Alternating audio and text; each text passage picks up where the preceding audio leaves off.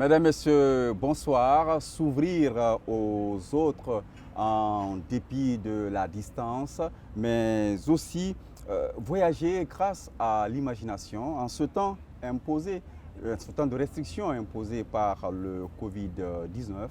Le livre se révèle être un instrument puissant de combat contre l'isolement, élargit les horizons, renforce les liens entre les personnes, mais aussi stimule notre capacité de créativité, donc notre esprit. Pour la 13e année consécutive, Conakry va célébrer donc l'écriture, la lecture. Conakry qui veut être la cité internationale, la cité africaine du livre. Sur ce plateau, nous allons parler de cette force insoupçonnée du livre face au péril, avec le délégué général de l'événement, les 112 heures du livre. Comment prendre conscience de ce potentiel dans le processus de développement de notre pays. Bienvenue à vous et bienvenue à notre invité Sansi Kaba Diakité. Bonsoir. Bonsoir. Vous n'êtes pas à votre premier passage dans cette émission. L'événement, c'est les 72 heures du livre. Pendant 3 jours, il va y avoir encore un bouillonnement culturel livresque, si vous le voulez ainsi, ici à Conakry, qui va avoir un retentissement mondial. Dites-nous, les 72 heures du livre sont un peu ce symbole qui aujourd'hui montre cette force de résilience du livre face au danger, face au Covid, face à une crise. Oui. Je vous remercie. Je voudrais tout d'abord dire que cette 13e édition s'organise dans une situation exceptionnelle parce que nous vivons une pandémie et la culture est confinée un peu partout. Mais pour nous, à situation exceptionnelle, il faut des mesures exceptionnelles. Nous avons tenu à préserver la santé avec la direction générale de l'ANSSS. Nous avons prévu un protocole pour que tous les participants puissent venir et retourner sans problème. Donc, et l'événement se tient sous le monument du 22 novembre du Palais du Peuple avec ces mesures barrières. C'est exceptionnel et nous allons faire 80% en distanciel, mais que 20% en présentiel. Tout ça pour dire aux Guinéens que la Covid-19 existe. Nous devons continuer vraiment à accepter les mesures barrières édictées par le gouvernement. Donc, parce que certains, jusqu'à présent, pensent que cette maladie est imaginaire. C'est pourquoi pendant l'exposition, le port des masques est obligatoire. Et les gens vont être testés à la rentrée. Les gens seront avec leur masque pendant l'événement et les gels hydroalcooliques seront utilisés. Parce que nous sommes dans une situation de pandémie. Mais justement, c'est là où le livre a surpris pratiquement tous les grands analystes par sa force de résilience. Le livre s'est révélé être un instrument extraordinaire pendant cette crise. Je pense que le livre est symbole de l'éducation, est symbole du développement, est symbole de beaucoup de choses. Le livre nous a permis, en ces quelques mois, 2020-2021, vraiment de se conscientiser, de se dire qu'on peut faire des choses exceptionnelles. Le pouvoir de l'écriture a permis aux uns et aux autres, dans cette période d'isolement et de confinement, d'écrire beaucoup. La créativité a beaucoup poussé. Dans les chiffres, les statistiques aujourd'hui, on a reçu des manuscrits de partout. C'est extraordinaire. Ce n'est pas que la Guinée, mais c'est sur le plan mondial. Les gens ont profité de ces périodes de confinement pour beaucoup écrire. Et les maisons d'édition sont même en train de refuser les manuscrits. En fait, l'esprit n'a pas été confiné. La créativité, la plume s'est libérée plus. La plume s'est libérée. Par contre, ça, on ne peut pas ne pas le dire. Les librairies étaient fermées. Les centres d'exposition, les salons du livre étaient quasiment bouclés. Donc les livres n'ont pas été vendus. Donc l'économie du livre n'a pas tourné. L'économie du livre a été touchée. C'est pourquoi dans la plupart des pays, on a accordé des subventions aux professionnels, aux éditeurs pour les permettre vraiment de sortir de cette période difficile. Mais le livre nous a permis de faire des choses extraordinaires, de nous soulager, parce que quand tout est fermé, on peut voyager avec le livre, on peut se construire avec le livre, on peut vraiment s'épanouir avec le livre, on peut enseigner, on peut faire, les gens ont profité de ce confinement pour faire passer beaucoup de choses à travers les livres, Vous avez surtout parlé les livres électroniques. de production beaucoup, comparé aux années dernières, à quelle hauteur vous allez situer Ah le niveau de ben, il y a eu production? près de 25% d'augmentation et c'est extraordinaire. C'est extraordinaire. Du début d'année jusqu'à maintenant, nous sommes à une soixantaine de titres publiés et qui seront disponibles aux 72 heures du livre. Vous voyez, janvier, février, mars, avril. Et là, on a beaucoup d'autres qui sortent. Ça veut dire que partout dans le monde, les gens ont pris le temps de faire le point et de s'exprimer. Certains sur la famille, certains sur leur vision, certains sur la société. Beaucoup ont profité de cette période de pandémie pour écrire, pour s'apaiser. Est-ce que cela a eu un impact dans le combat contre le Covid? Ah bien sûr, des écrivains ont écrit sur la pandémie, ont fait des réflexions. Je pense que ça a permis aux scientifiques de confronter les situations. Sur la question des vaccins, par exemple, il y a eu beaucoup de publications. Nous, chez nous, ici en Guinée, il y a eu 3, 4, 5 livres sortis sur la Covid, du jamais vu, rapidement comme ça. Il y a une quinzaine d'auteurs qui ont fait un ouvrage collectif sur cette pandémie. Et on avait reçu à peu près une centaine de manuscrits. Mais on ne peut pas tout publier, il faut faire des choix. Et le seul critère qu'on prend en compte aujourd'hui, en cette période de pandémie, c'est l'utilité et la qualité. Donc on a fait des choix, on a publié ce qu'il fallait publier et les autres, nous leur avons demandé de revoir les manuscrits, de réécrire afin de les resoumettre. Et là, qu'est-ce qui sera exposé pendant ces 3 jours? Ben, pendant ces 3 jours, nous avons des exposants qui viennent du Mali, du Sénégal, de la Côte d'Ivoire, du Gabon, de la France et vraiment d'autres pays. Donc il y a beaucoup de livres universitaires et scolaires parce que nous nous disons que c'est important de servir les scolaires et les universitaires, mais aussi beaucoup de livres pour enfants. Nous allons mettre ici une cabane des arts uniquement que pour les enfants. Donc des professionnels de livres jeunesse seront là pour exposer, pour que les Guinéens puissent avoir le choix pour des livres spécialisés vraiment pour l'enfance. Ça, c'est important. Nous allons aussi présenter au public guinéen des nouveautés, des autobiographies, des livres techniques, des livres sur l'expérience professionnelle. Par exemple, Dr Sakoba Keita, qui a conduit vraiment la lutte contre Ebola, a fait un livre extraordinaire sur toutes les pandémies qu'il a eu à gérer dans ce pays. Mais il a mis un accent particulier sur Ebola.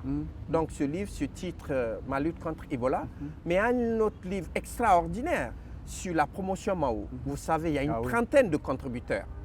Donc cette promotion de l'université guinéenne, donc 30 d'entre eux se sont assis justement pendant cette période de confinement. Ils ont ce qui était impossible en temps d'activité pour écrire. Nous avons aussi écrit sur les 60 ans d'indépendance, un regard sur les 60 dernières années de la Guinée. Donc des réflexions de ce genre sont là.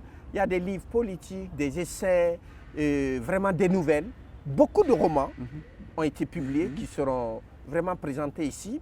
Il y a des nouvelles maisons d'édition, les éditions Innov, les éditions Plume Inspirées, qui ont fait des livres à vocation pour les jeunes de Guinée qui seront aussi présentés au public guinéen. Il y a du slam avec Bad de Espace. Donc il y a des jeunes aussi slameurs qui ont eu à faire un ouvrage collectif. Donc vraiment pendant ces 3 jours, nous allons recevoir vraiment des auteurs de qualité, des auteurs inspirés, des auteurs... Il n'y aura pas beaucoup de monde, mais beaucoup verront quand même en ligne les événements, les différentes activités. Vous êtes collé à l'actualité, Covid, mais à travers les femmes, à travers la jeunesse, la paix. Et vous avez dit le thème « Dans le pays dont nous rêvons ». De quel pays vous rêvez? Tous, nous aspirons à un pays émergent, à un pays où il fera bon vivre, à un pays où on peut se soigner, à un pays où il y aura l'éducation de qualité, à un pays où la jeunesse sera épanouie, à un pays où les femmes seront massivement représentées à l'Assemblée nationale, au gouvernement de la République. Mais pour tout ça, il faut qu'il y ait la paix. Je pense que c'est important. Nous avons imaginé cette thématique en comité scientifique parce que les gens ont réfléchi. Aujourd'hui, on parle de la gestion autrement du pays. Et pour cela, il faut donner de la place aux femmes. Il faut donner de la place à la jeunesse. Mais il faut faire le point. Qu'est-ce qui est fait aujourd'hui pour les femmes dans notre pays? Qu'est-ce qui est fait pour les jeunes dans notre pays? Il faut en discuter. Et ces réflexions-là sont reflétées dans les livres. Dans les livres. Il y a plusieurs publications autour des femmes, autour des jeunes, qui seront discutées qui seront présentées pendant les 72 heures du livre. On veut miser sur leur potentiel de développement pour accélérer la marche du pays. Oui, il n'y a pas de pays émergent sans donner la place aux femmes, sans mettre les jeunes au cœur du développement. Il y a une table ronde, par exemple, l'avenir appartient aux femmes. Donc des femmes venues de la sous-région, plus des femmes guinéennes, des femmes modèles, vont discuter de l'avenir de la femme, et en Guinée et ailleurs. Mais nous allons prendre des exemples. On a sélectionné une vingtaine de femmes modèles. Nous allons faire des fiches sur ces femmes modèles, faire des portraits de ces femmes modèles et nous allons transformer ça en livre. C'est en cela que vous pensez que le développement, l'accélération du processus de développement de notre pays doit se faire avec et à partir du livre? Ah, bien sûr. Pour nous, le livre fait partie des outils fondamentaux vraiment du développement de la Guinée. La première édition des 72 heures du livre, la thématique c'était « Livre, avenir de la Guinée ». Nous sommes sur cette vision. Et pour nous, le livre est important dans tous les domaines de la Guinée. Le livre déjà a permis à la Guinée à un certain moment d'avoir un aura international. En 2017, qu'on a créé la capitale mondiale du livre, mais à travers lui, on ne veut pas s'arrêter là. Non. On vise loin, on veut être une capitale internationale, une cité internationale du livre. Où nous en sommes? Ben écoutez, ça va très bien. Nous avons aujourd'hui une étude de faisabilité pour faire de Conakry la capitale africaine. Mais je voudrais dire aux Guinéens et aux Guinéennes que c'est une volonté politique du chef de l'État qui a exprimé à la clôture de Conakry, capitale mondiale du livre, que son souhait, c'est de voir Conakry devenir capitale africaine du livre. Nous sommes partis de cette hypothèse. On a rencontré les organisations internationales, la francophonie qui a financé l'étude de faisabilité, l'UNESCO qui est un appui réel, parce qu'il faut comprendre que le 23 avril, c'est la journée mondiale du livre qui est instaurée par l'UNESCO. Ensuite, nous avons rencontré l'Union africaine et d'autres institutions partenaires telles que vraiment le Bureau de coordination des Nations Unies pour nous appuyer. Et le PNUD vient en appui réel pour accompagner toute cette dynamique, pour créer une véritable industrie du livre en Guinée pour que Conakry puisse devenir dans les 10 prochaines années capitale africaine du livre. En quoi faisant? D'abord, en organisant à Conakry une biennale africaine du livre chaque 2 ans. Nous allons recevoir la crème des professionnels du livre africain, la crème des écrivains. Toutes les 2 ans, 2 années. Ici, 2 années. Toutes les 2 années en Guinée, nous allons avoir cette messe vraiment du livre et de la littérature. Ça, le projet a été étudié et nous avons fait les démarches nécessaires à New York, à Genève, à Addis Abeba, à Paris, au niveau du siège de la francophonie. Et la francophonie porte ce projet. Comme la francophonie porte le projet du FESPACO, comme la francophonie porte le projet de la Biennale à Bamako, comme la francophonie porte le projet du Festival des Arts au niveau du Sénégal et de Dakar. Donc la francophonie, en soutien à la République de Guinée, nous accompagne dans cette initiative et l'UNESCO prend ça à bras le corps. Mais en quoi cette 13e édition peut être un facteur accélérateur? Déjà, avec cette 13e édition, nous réunissons à Conakry tous les responsables des différents salons du livre en Afrique de l'Ouest et en Afrique centrale. D'abord en Afrique francophone. Ensuite, nous avons fait venir à côté leur soutien. D'accord. Déjà, on a leur accord. Mais ces organisateurs d'événements littéraires viennent à Conakry pour prouver à la Guinée que toutes ces capitales africaines qui organisent des salons, qui organisent des manifestations littéraires, sont pour que Conakry soit la capitale africaine du livre. Il y a un livre qui est paru, Conakry, Terre africaine du livre, et il y a beaucoup de contributeurs qui seront à Conakry pour parler de ça. Mais il y a un café littéraire avec des écrivains, des éditeurs, des bibliothécaires, des spécialistes d'économie du livre, avec la Banque mondiale qui sera organisé. Comment faire de Conakry la capitale africaine du livre? Donc tous nous serons là. On va débattre point par point. Avec la participation du gouvernement, du ministère de la Culture? Ah bien sûr. Toutes ces questions sont chapeautées par Madame la ministre de la Culture, qui est la patronne de ce qui se passe ici pendant ces 3 journées. Qui va vivre sa première grande activité à Je la pense. tête de Et ce elle est très département. disponible pour cet événement. Elle a fait une communication en Conseil des ministres. Elle fait aujourd'hui porte à porte pour que la Guinée se réveille à travers cet événement. Malheureusement, tout le monde ne peut pas venir au chapiteau du Palais du Peuple. Beaucoup vont suivre en ligne, mais Madame la ministre promet vraiment de faire en sorte que toutes les dispositions soient prises pour les futures éditions sans pandémie pour qu'on puisse vraiment avancer. Il y a l'ombre d'une immensité qui va planer sur cet événement, c'est Djibril Tamsir Niane. Oui, mais on a prévu de lui rendre hommage, justement. La nuit de la lecture sera consacrée vraiment au professeur Djibril Tamsir Niane. Des écrivains venus d'ailleurs veulent lire des textes du professeur Djibril Tamsir Niane et une pièce de théâtre qu'on fera passer. Ensuite, nous allons faire une surprise exceptionnelle à sa famille. On n'a pas dit à sa famille, mais cette famille va découvrir quelque chose d'extraordinaire. Ces intellectuels qui sont arrivés avec des choses secrètes qu'on remettra à la famille. Mais nous avons prévu dans le hall de l'exposition un beau stand pour présenter aux Guinéens tout ce qu'ils n'ont pas eu à voir dans la vie du professeur Niane.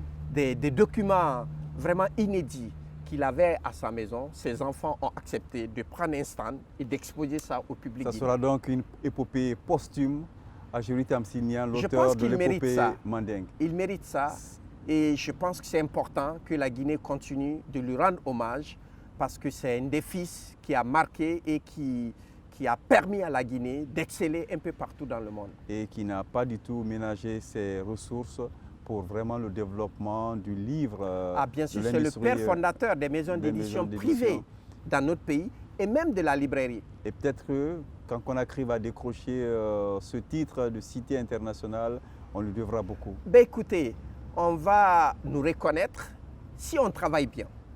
Et nous sommes dans cette lancée. Ah, nous sommes dans cette lancée. Nous devons faire tout possible pour travailler. L'excellence, le travail bien fait. Et je pense que cette belle place de Conakry mérite ça et je pense que ça nous permettra d'exceller. Aujourd'hui, des grands médias font la promotion de Conakry comme capitale africaine du livre. C'est nous, les Guinéens, maintenant, qui devons vraiment faire en sorte que cette reconnaissance soit méritée. Et cela commence par la RTG. Mesdames et messieurs, merci d'avoir suivi ce numéro de l'entretien de Coloma. Merci à monsieur le délégué général des 112 heures du livre. Merci à tous ceux qui donc nous ont suivis. Nous vous donnons rendez-vous la semaine prochaine, peut-être en restant dans l'événement avec d'autres grands auteurs qui vivront, qui sont venus ici accompagner la Guinée pour être la cité internationale, la cité africaine du livre. Bien à vous.